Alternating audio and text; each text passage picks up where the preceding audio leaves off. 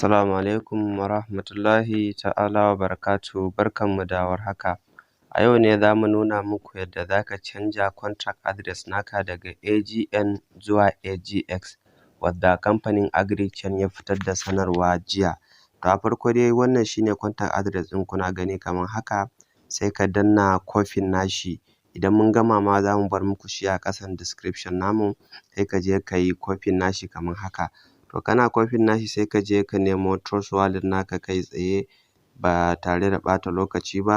To ka ga Trust Wallet naka, sai ka shiga ciki kamar haka.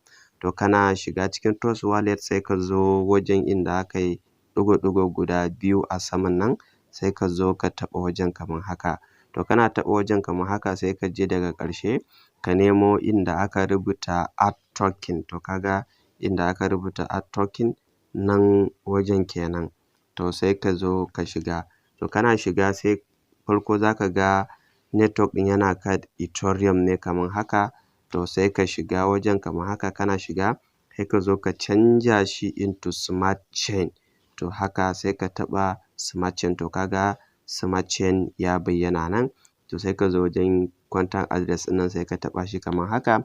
Kana taɓa shi kar ka danna shi kamar haka ka ce za ka yi copy and paste, a'a, ka zo inda aka rubuta paste wannan wajen za ka taɓa. Kar ka taɓa copy and paste, kawai sai ka taɓa paste wannan. To kana taɓawa za ka ga Agricoin ya bayyana, ga symbol nashi AGX ya dawo, sannan kuma za ka ga decimal nashi ga shi nan 18.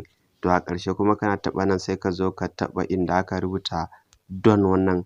Kana taɓa done wannan za ka ga contract address naka ya bayyana. Kana komawa cikin Trust Wallet naka, idan ka yi searching za ka gan shi a ƙasa. Ƙasa za ka ga contract address naka ga shi nan ya bayyana. Idan kun ji daɗin wannan bidiyon namu, ku danna mana subscribing sai ku danna mana alamar ƙararrawa. Mun gode.